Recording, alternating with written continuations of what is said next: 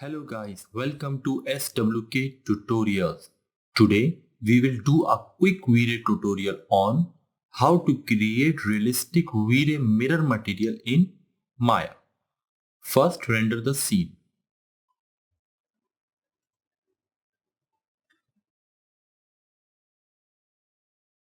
Now I want to make this object a mirror. So I will select this object, right click, assign new material. Click on V-Ray and select V-Ray material. Rename the object to mirror.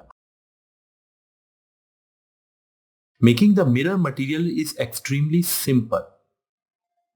Change the diffuse color to black. In your reflections, change your refraction color to white, means 100% reflective, and uncheck use funnel. Now render again.